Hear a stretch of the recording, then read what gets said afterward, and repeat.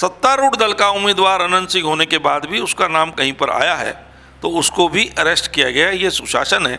इससे पहले बिहार में हमने देखा किस प्रकार का जंगल राज था कि अपहरण होते थे तो सौदा मुख्यमंत्री निवास में होता था, शादी होती थी तो गाड़ियों को शोरूम से उठा लिया जाता था, 7 बजे के बाद कोई घर से नहीं निकल सकता था। इस प्रकार का बिहार में लोगों ने जंगल राज देखा है। लेकिन ये एक घटना हुई है, लेकिन इस पर त्वरित कार्रवाई हुई है। संघ स्थान की मिट्टी ने जो गढ़ा है उसमें इतना आनंद आने लगा कि जीवन में उससे जुड़ कर के समाज सेवा का काम करना, देश के लिए काम करना, ये प्राथमिक लक्ष्य बन गया। स्वास्थ्य सुविधाओं को अगर आप ध्यान से देखेंगे तो लगातार खबरें आती रहती हैं। हम खुद ही देखते हैं इस चीज़ों को कि इलाज के अभाव में लोग मर जा रहे हैं। हमने धन सिंह जो स्वास्थ्य मंत्री हैं उनसे भी एक बार सवाल किया था तो उन्होंने कहा था सड़क बनाने का जिम्मा मेरा नहीं है, जब कोई हॉस्पिटल तक पहुंचेगा उसे इलाज मिलेगा। आपने कहा 9 मेडिकल कॉलेज बन गए हैं, लेकिन उन 9 मेडिकल कॉलेज का क्या है जब आपके राज्य में महिलाएं और जो भी इंसान रहते हैं उनमें से स्वास्थ्य के अभाव में दम तोड़ देते हैं। इसका बहुत लाभ राज्य को होगा। अब लगभग उसका 80% काम पूरा हो गया है, अभी थोड़ा काम बाकी है। मुझे लगता है नवंबर दिसंबर तक इसका उद्घाटन संभवतः माननीय प्रधानमंत्री जी के द्वारा होगा। 2014 में जब प्रधानमंत्री नरेंद्र मोदी बने उन्होंने सेना को फ्री हैंड दिया। इस फ्री हैंड का मतलब क्या है और सेना उसके बाद से कैसे काम कर रही है? 2014 से पहले हमारे पास बंदूक दिखाने के लिए होती थी, हमको फायरिंग करने का आदेश नहीं होता था।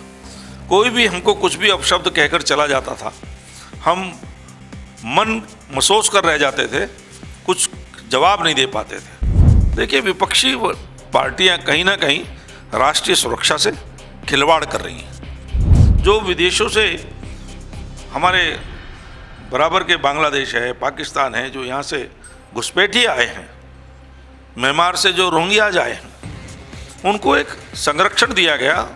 उनके आधार कार्ड भी बने, उनके वोटर कार्ड भी बने। आधार कार्ड 1500 रुपये में, वोटर कार्ड 1000 रुपये में, राशन कार्ड 500 रुपये में। गृह मंत्री जी ने कहा था कि हम जो बाहर घुसपैठी हैं उन्हें निकाल के बाहर करेंगे। नमस्कार, आप देख रहे हैं जनतंत्र टीवी। मैं हूं सुरेंद्र ढाका।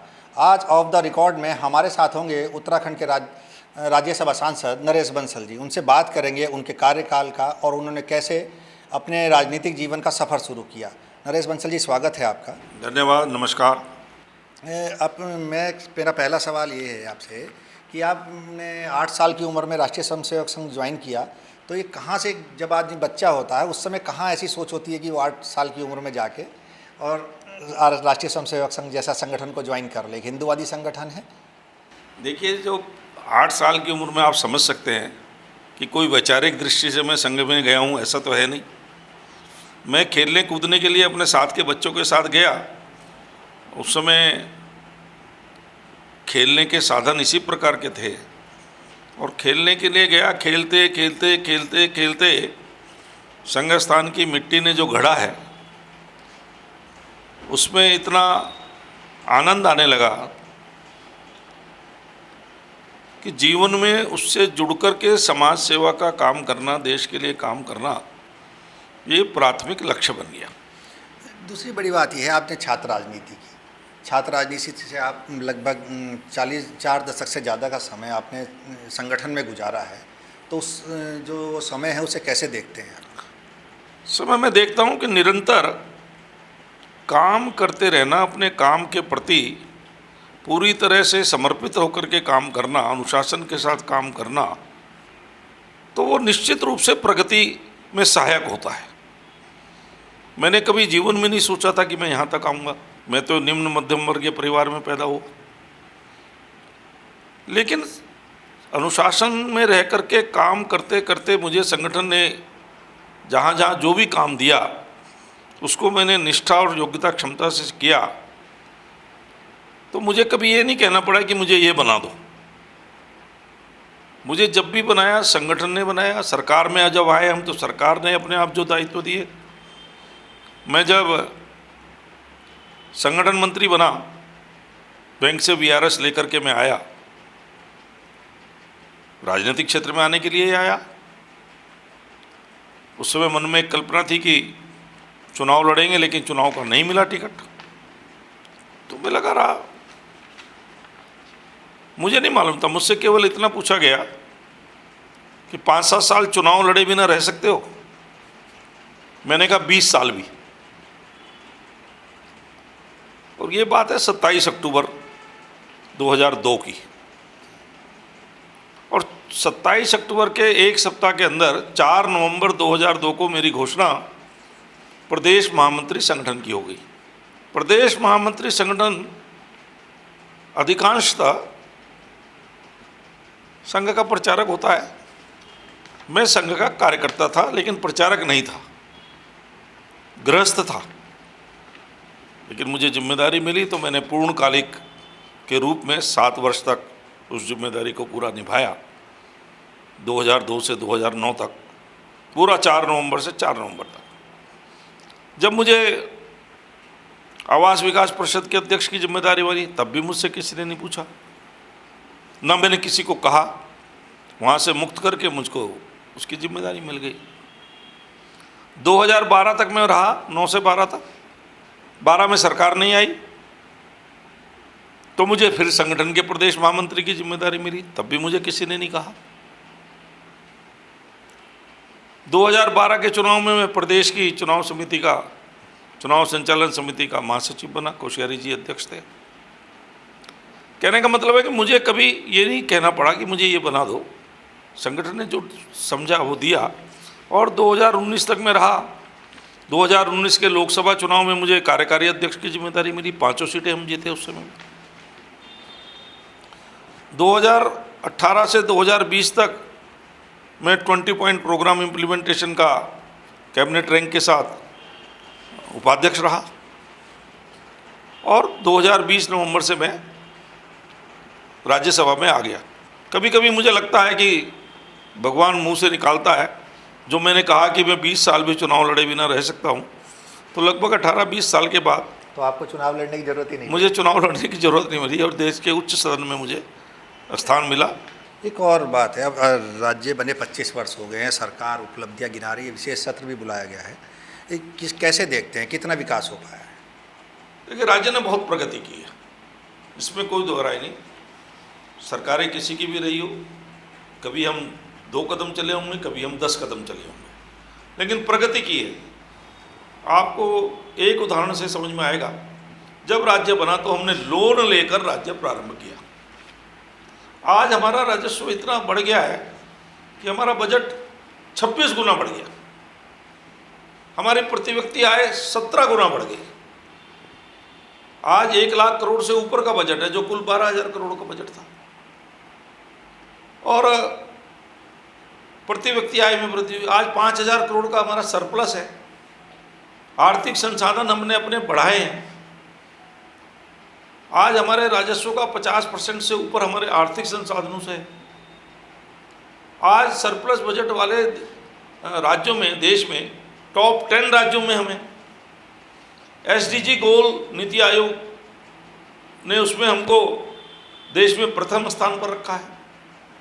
वित्तीय प्रबंधन में हम देश के दूसरे स्थान पर आए हैं, उसकी सराहना हुई है। खनन नीति को लेकर हमको बड़ा कटघरे में खड़ा किया जाता है हमारी सरकार को। अभी 2-3 दिन पहले जो उसकी रिपोर्ट आई है, उसमें भी हम C श्रेणी के राज्यों में दूसरे नंबर पर आए और हमको 100 करोड़ रुपए पारितोषिक मिला है, पुरस्कार मिला है राज्य को। तो हर प्रकार से जब हम सरकार में आए 2017 में, अगर मैं पहले की बात करूं तो हमारे पास कोई मेडिकल सुविधाएं नहीं थी,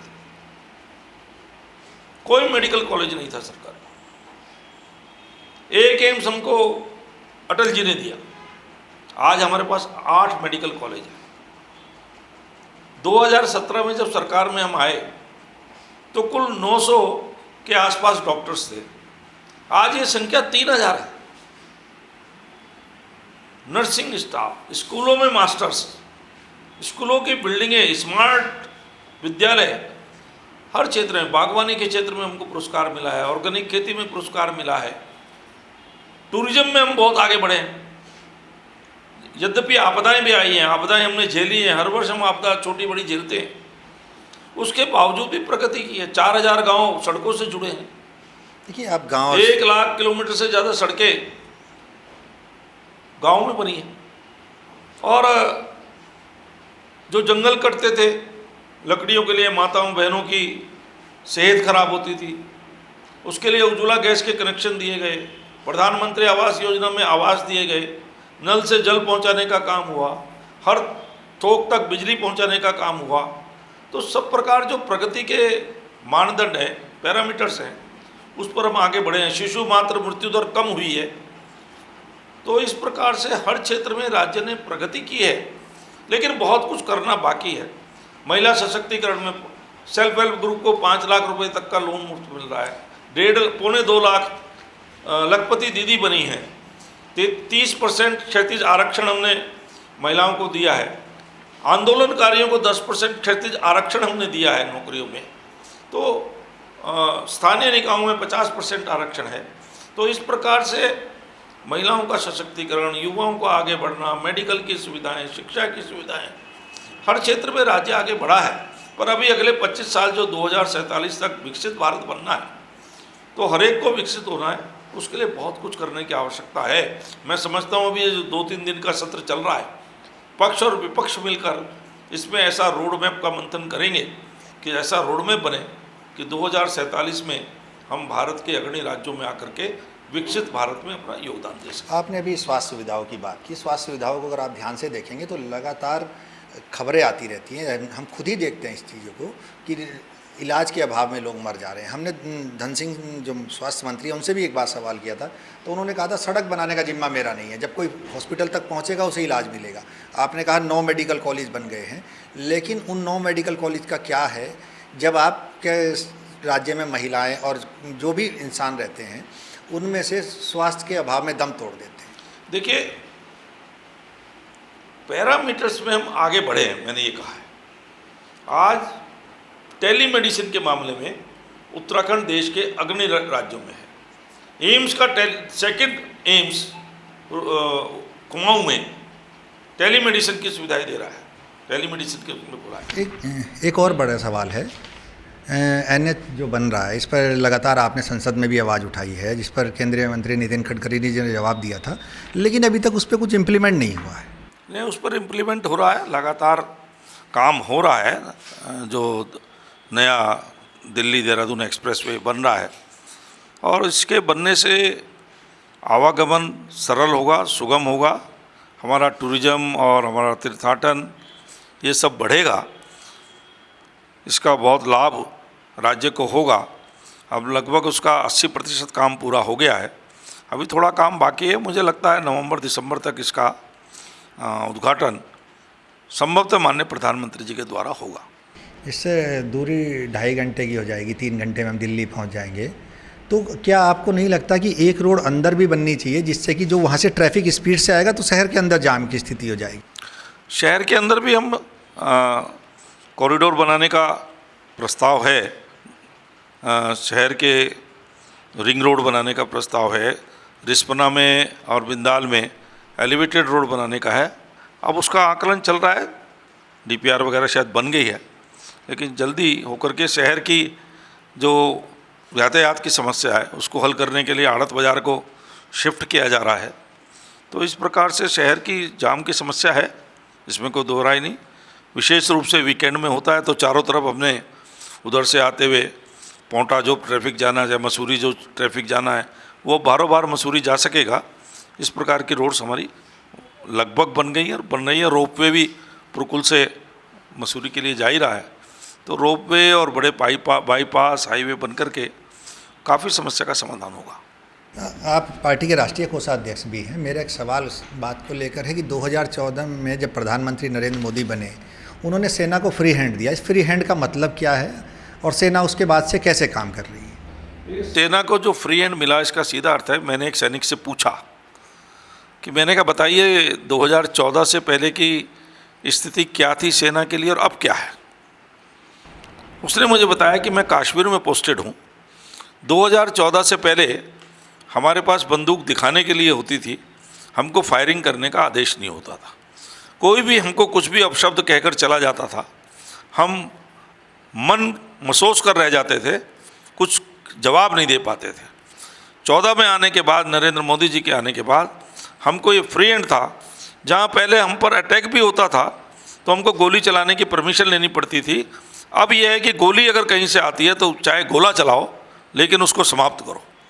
ये बड़ा फ्री हैंड है। मैंने पूछा कि जान बचाने के लिए क्या करते थे पहले, तो उन्होंने कहा कि पहले जब हम परमिशन लेते थे तो उसमें से इतनी गोली बचा लेते थे कि अपने ऊपर कभी आ जाए तो परमिशन के चक्कर में तो जान नहीं बचेगी, तो उसका हम उपयोग कर लेते थे। ये सैनिक ने कहा मुझे।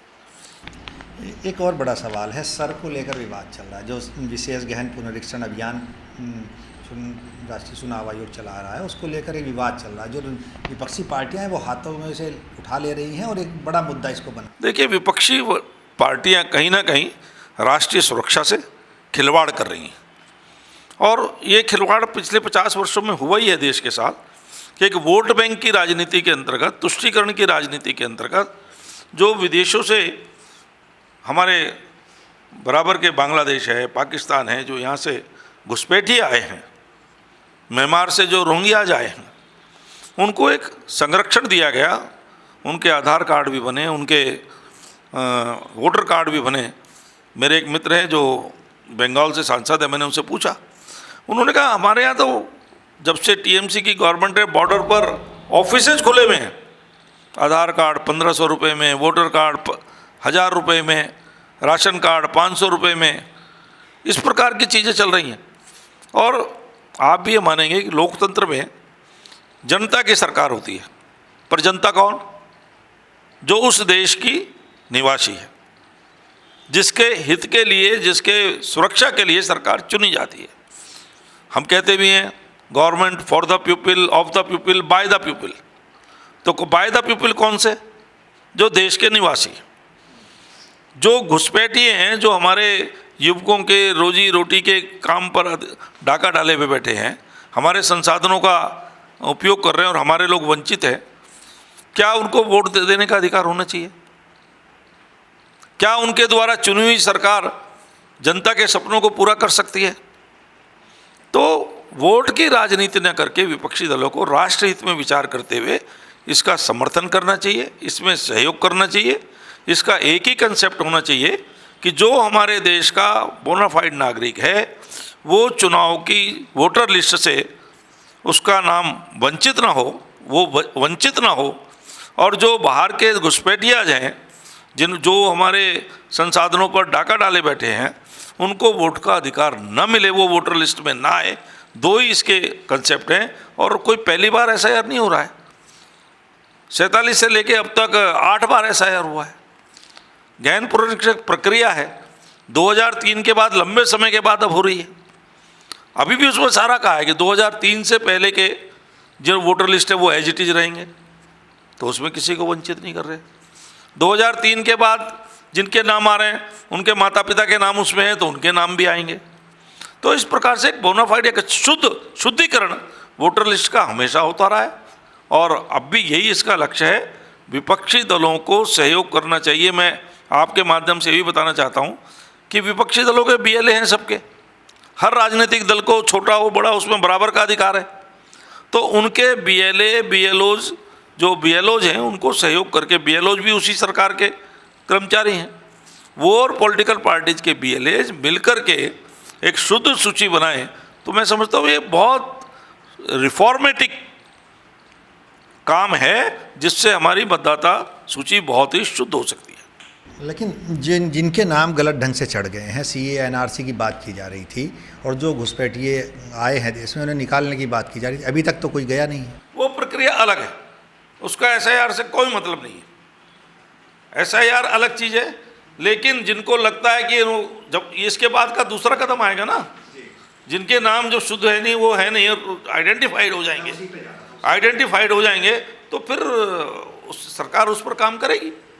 क्योंकि गृह मंत्री जी ने कहा था कि हम जो बाहर घुसपैठिए हैं उन्हें निकाल के बाहर करेंगे देश से। गृह मंत्री जी का कहना है कि हम एक एक घुसपैठिए को चुन चुन कर वोटर लिस्ट से भी हटाएंगे और डिपोर्ट भी करेंगे। एक और बड़ा सवाल है, तो मेरा कहना है कि जहां विपक्ष की सरकारें अभी हैं बॉर्डर इलाके में, उनको भी इसमें सहयोग करना चाहिए बजाय अड़ंगा डालने। अभी आप पार्टी के राष्ट्रीय कोषाध्यक्ष भी हैं, बिहार में चुनाव चल रहा है। आपके पार्टी के एक नेता जो आरजेडी के टिकट पर चुनाव लड़ रहे हैं, खेसारी लाल यादव, उनको नचनिया बोल दे रहे हैं। फिर आरजेडी के नेता भी आपके पार्टी में गिना दे रहे हैं कि हेमा मालिनी है, कंगना रनौत हैं और मनोज तिवारी हैं, वो भी क्या हैं, वो भी सब नचनिया ही हैं। तो इस तरह की राजनीति हो रही है, तो क्या ये राजनीति का स्तर नहीं गिर रहा है? नहीं, वास्तव में राजनीति के एक उच्च स्तर की होनी चाहिए। राजनीति का स्तर किसी भी प्रकार से न गिरे, ये सभी राजनीतिक दलों को इसकी चिंता करनी चाहिए और इस पर अमल करना चाहिए। आपकी party zero tolerance, zero crime की बात कर रही है, लेकिन बिहार में एक हत्या हो गई है गुलाबचंद यादव की, जिसको लेकर अनंत सिंह को कल अरेस्ट भी किया गया है। गठबंधन की छवि को दाग नहीं लग रहा है इससे? नहीं, इस प्रकार की कोई घटनाएं होती है तो होता है, लेकिन इस प्रकार की घटना होने के बाद जो सुशासन होता है वो तुरंत कार्रवाई करे। कानून और सरकार इसलिए होती है कि कोई भी अपराध हो किसी भी तरह का, उस पर तुरंत कार्रवाई हो। तो वहाँ पर तुरंत कार्रवाई होकर के 20 लोगों को अरेस्ट किया गया। सत्तारूढ़ दल का उम्मीदवार अनंत सिंह होने के बाद भी उसका नाम कहीं पर आया है तो उसको भी अरेस्ट किया गया। ये सुशासन है। इससे पहले बिहार में हमने देखा किस प्रकार का जंगल राज था कि अपहरण होते थे तो सौदा मुख्यमंत्री निवास में होता था, शादी होती थी तो गाड़ियों को शोरूम से उठा लिया जाता था, 7 बजे के बाद कोई घर से नहीं निकल सकता था। इस प्रकार का बिहार में लोगों ने जंगल राज देखा है। लेकिन ये एक घटना हुई है, लेकिन इस पर त्वरित कार्रवाई हुई है, ये सुशासन का प्रतीक है। एक और बड़ा सवाल है, केंद्रीय नेतृत्व ने आप पर बहुत भरोसा जताया है, आपको पार्टी में लगातार संगठन में बड़े बड़े पद दिए हैं। एक आदमी की उम्मीद से ज़्यादा अगर कोई आम आदमी कल्पना भी नहीं कर सकता जहाँ तक आप पहुँचे। अब जैसे जैसे पार्टी का कद बढ़ रहा है तो आपका कद भी लोग मान रहे हैं कि पार्टी के संगठन में जो अब संगठन के जो अब पद बटेंगे सेंटर में, तो उनका सेंट्रल गवर्नमेंट को जो आपका केंद्रीय नेतृत्व है उसको आप पर बहुत भरोसा है और वो आपका कहीं बड़े स्तर पर यूज़ करना चाहते हैं, ऐसी जानकारी आ रही है। चलिए, अब जैसा होगा, जो भी, हमको तो संगठन के हम निष्ठावान और समर्पित कार्यकर्ता हैं। जो कार्य जो दायित्व जब मिला है उसको भी किया है, आगे भी जो मिलेगा उसको पूरा करेंगे। ऑफ द रिकॉर्ड में आज के लिए इतना ही। नरेश बंसल जी, आप हमारे साथ आए, हमारे कार्यक्रम में हिस्सा लिया, उसके लिए आपका बहुत बहुत धन्यवाद। आपके सभी दर्शकों का बहुत धन्यवाद, आपका बहुत बहुत धन्यवाद। नमस्कार। ऑफ द रिकॉर्ड में आज के लिए इतना ही। देखते रहिए जनतंत्र टीवी।